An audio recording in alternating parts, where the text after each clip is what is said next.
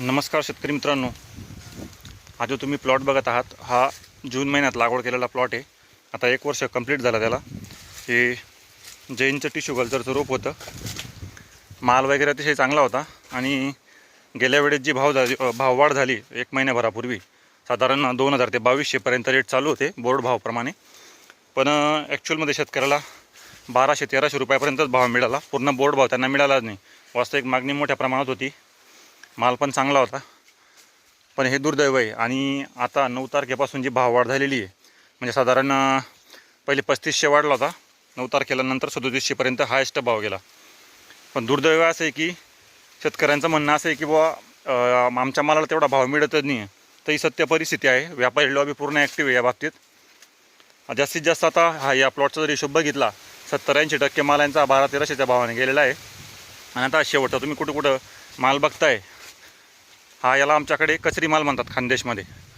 तर या कचरी मालला शेवटचा जो माल असतो तो अंदाजे दिला जातो, किंवा एक तर मग 400-500-1000 रुपये या भावाने दिला जातो. पण आता सध्या जी भाववाढ झालेली आहे 3000पर्यंत रेट आहे, 3000 ते 3500पर्यंत. तर आता हा जो शेवटचा उरलेला माल आहे यालासुद्धा 2000पर्यंत भाव आहे मित्रांनो.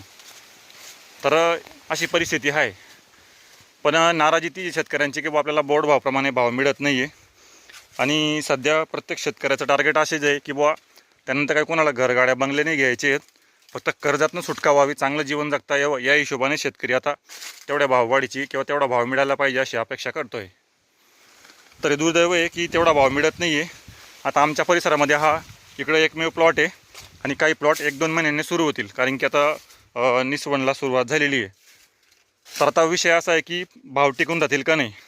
तर शक्यता अशी आहे की भाव टिकून जरी राहिले पण व्यापाऱ्यांच्या बोगसगिरीमुळे भाव शेतकऱ्यांना पूर्ण मिळणार नाही आहेत. म्हणजे आता जसा 3500पर्यंत भाव गेलेला आहे, तर जास्तीत जास्त शेतकऱ्यांना 2400-2500 रुपये भाव मिळतो आहे. नांदेड साईडला 2600-2700पर्यंत काही शेतकऱ्यांना भाव मिळाला आहे.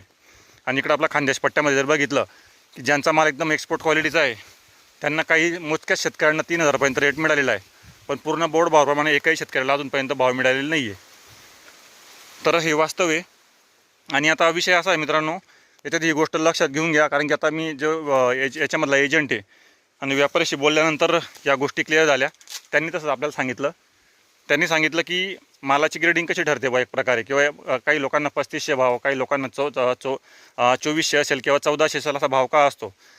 तर ज्या लोकांना 3500 किंवा 3000 एवढा उच्चांकित दर मिळालेला आहे, तर त्यांचं म्हणणं असं की याच्यामध्ये फक्त आम्ही ज्याची वादी मोठी असते, ज्याची केळीची क्वालिटी एकदम चमक वगैरे, तर मोजकेच सिलेक्टिव्ह गोळे ते काढून घेऊन जातात, म्हणजे केळीचे घड. म्हणजे समजा त्यांचे जर एका वेळेस जर समजा 2000 झाडं निघणार असतील